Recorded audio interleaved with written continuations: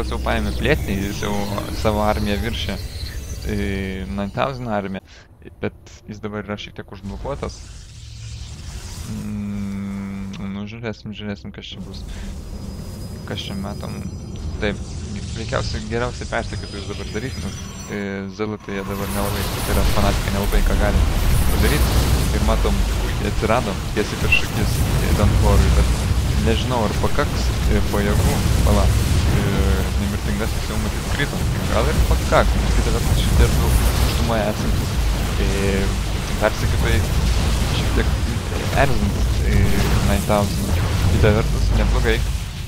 9000 čia sukoncentravęs ugnį ties pavieniais persekėtojais žudė Danforo šitą buvusią armiją su visais sargybiniais ir viskuo. Tiesa, dabar Danforas jau turi savo nemažai persekėtojų, tačiau iš 9000 pusės ateina kiekvienas pastiprinimas. Matom, stebėtojas pastebėjo šitą kaupiamąjį kristalą ir veikiausiai šitą taip sprogs plėtinys. Stebėtojas žiūri, kad toliau didelis armija, reiktų ir šitą kaupiamąjį kristalą sunaikint. Alio? Šitą, nu gerai, turbūt ne, jo, reikia teisingai. Kuo daugiau žalos padarysim, tuo geriau. Ir, žiūrėsim, gal net pavyks užblokuoti. Ir ne, nepavyks. Yra pakankamai pas Danforą kaupiamųjų kristalų. Ir taip, matom, vėl sargybiniai galės užblokuoti rampą. Ir nežinau, šiuo atveju, kas laimėjo iš tikrųjų. Danforas bandė išsiplėst, bet jis dabar prarado daugybę mineralų, tiesą pasakius, 400 ir dar 2 kristalai, tai jau 600 ir nežinau, ar čia buvo koks nors asimiliatorius ar nebuvo, tai dar 500. Ir nežinau, ne, dabar nereiktų 9000 persistengti, reiktų štai įdirbti savo plėtinį, šiek tiek darbininkų reikėjo numest gal kokie kristalai ir 2 patrankas, nes dabar bus nekas. Matom, 3 fanatikai turėtų sustarkyti su 2 fanatikais. Negrįžk, būk vietoj. Nereikia grįžti. Ir kas čia bus, manyčiau, praloš šitą mūšį 9000, kad ir kaip stengiasi puikiai valdyti savo persekėtojus. Na, aišku, kažkiek, nesakyčiau, kad aplamdė, aš nežinau, ką jis šaudė, bet faktiškai skydus tik tais aplamdė, daugiau nieko. Na, žiūrėsim. Matom, Danforo kaupiamasis kristalas čia dar vis dar tupi. Ir, na ką, matyt, to įplėsis, taip, į Danforas. Matom, tai jau truputėlį anksčiau padaręs yra 9000 ir jis turės įplaukom ne ką daugiau iš tikrųjų, nes jau pagrindiniai bazai jau viskas iškasta, o kai dar kaip bebūtų keista Danforo bazai, viskas dar nėra iškasta. Ir pažiūrėkim įplaukom, kas pirmauja, nieks nepirmauja, na, mėlynasis 9000 galbūt šiek tiek. Na ką, neblogai čia. Pačioje pradžioje žemėlapio reikėjo taip pasidraskyti truputėlį tarp priešininkų. Ir nežinau, oi, nublūdėjau kažkas. 9000 neblogai iš tikrųjų. Pagazdino mūsų Danforą. Danforas, aišku, dabar ištasi kažkokiai galbūt kontratakai, nors čia šiaip pajėgų nėra labai daug. Ir to veikiausiai bus įspinduliuoti kokie, nežinau, kas čia gali būti įspinduliuota, kur tu bėgi. Tu geriau grįžk į bazę, žmogau. Ok, jei, įpjoviau, ir dar vieną įpjoviau. Ir toj tu mirsi. Ha, 2 smūgių reikėjo, kiti vyrukai, visgi tie fanatikai. Ir taip, matom, darbininkai jau kasa, veikiausiai dar jo nebus susiformavęs Nexusas. Ir taip, 4 persekėtojai plus dar krūva persekėtojų, lygu labai daug persekėtojų. Ir taip, Danforas matys, jeigu ryšis 9000 pajudėt kur nors iš savo bazės, Twilight Councilas buvo, tai yra Saulėlydžio taryba buvo suformuoti tam, kad blinkas, ar kaip ten teleportas, tas, žodžiu, būtų išvystytas dabar, aš supratau, aš pirmai galvoju, žiūriu, galvoju, what the fuck, kam jis reikalingas. Man žinau, gal keistai atrodo, kam jis reikalingas, bet aš nežinau. Ir taip, matom, čia veikiausiai dar vienas, kas čia, stebėtas, gal kristalas, šiaip nelogiškai jis būtų. Matom, 2 simulatoriai atsirado, štai darbininkai, jau viską iščiulpė, taip sakant. Ir čia irgi viskas, ne, čia ne viskas iššilta, čia dar liko 20 mineralų. Na, galim pasižiūrėti, kaip tie mineralai ištirps. 5 ir nėra. Ok, taip, matom, pirmasis šarvų lygis yra modifikuojamas iš 9000 ir jis daro robotų gamyklą.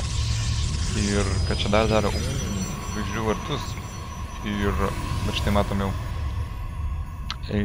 mūsų Dawnforest jau turi pirmąjį milžiną. Ir dabar darom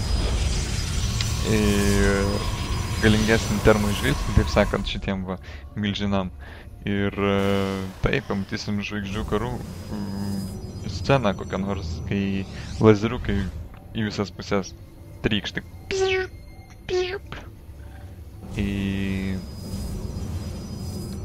Nu, papozok.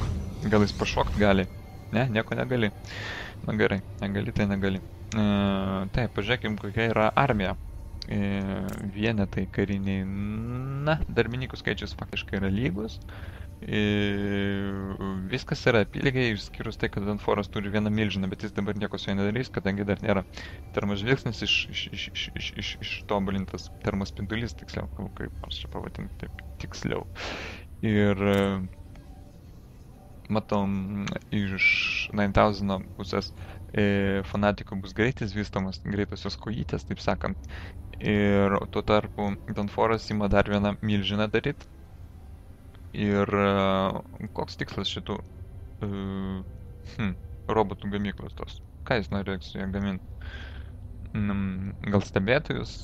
Tai pažiūrėsim, kas čia toks. Ne, čia nestebėtojas. Čia fanatikas, kuris ramiausiai savo praėjo pro visą armiją priešų. Tiesiog, žodžiu, prasme, ramiausiai atėjo, pradėjo šaudyti. Žiūrėkim, ar atkreips dėmesį? Ne, neatkreips dėmesį. Dawnforest suprato, kad vienas fanatikas čia jau... Nu, pažiūrėkim, kiek jis žudė. 3 darbininkus, 4. Nu, siaubas, nu.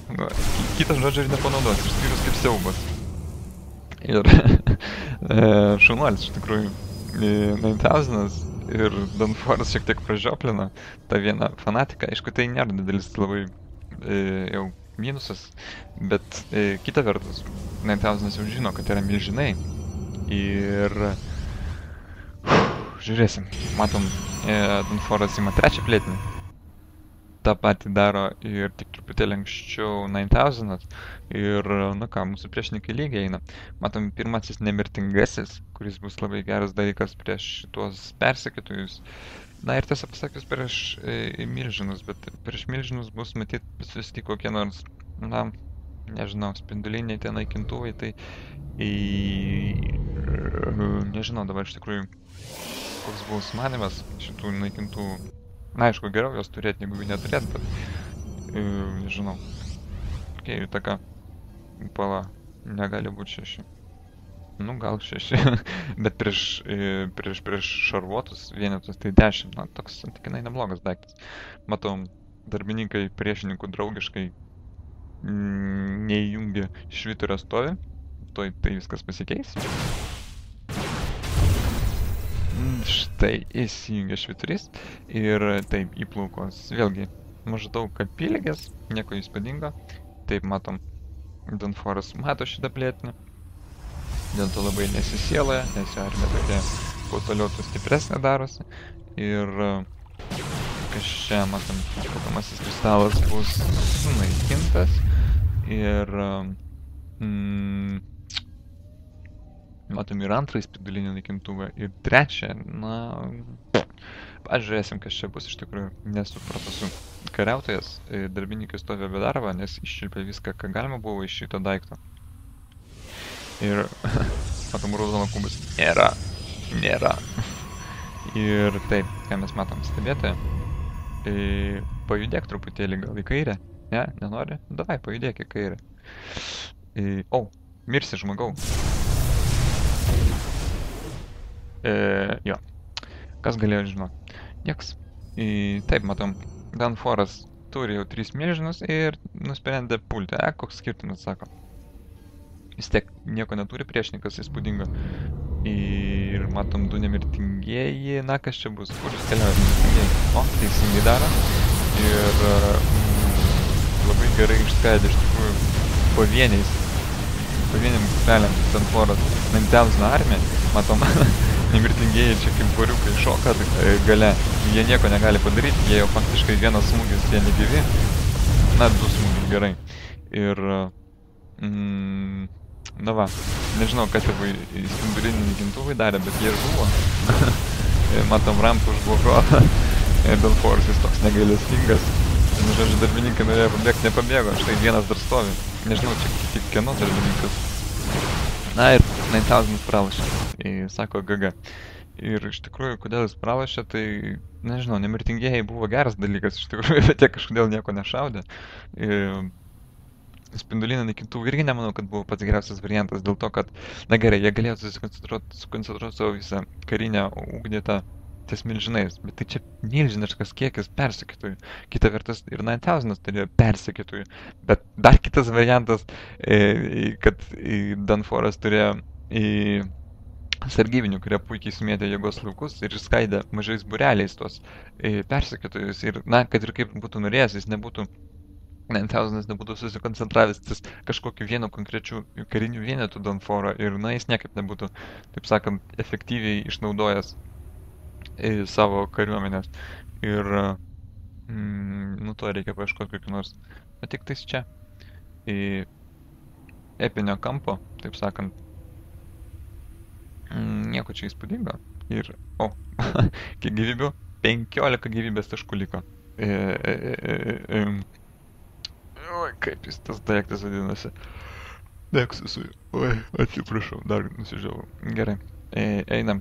Gal kokią trečią kovą pakomentuosim. Gerai, ačiū Danforui už kovą. Tikrai įdomi. Ir verta dėmesio visiems protos žaidėjams.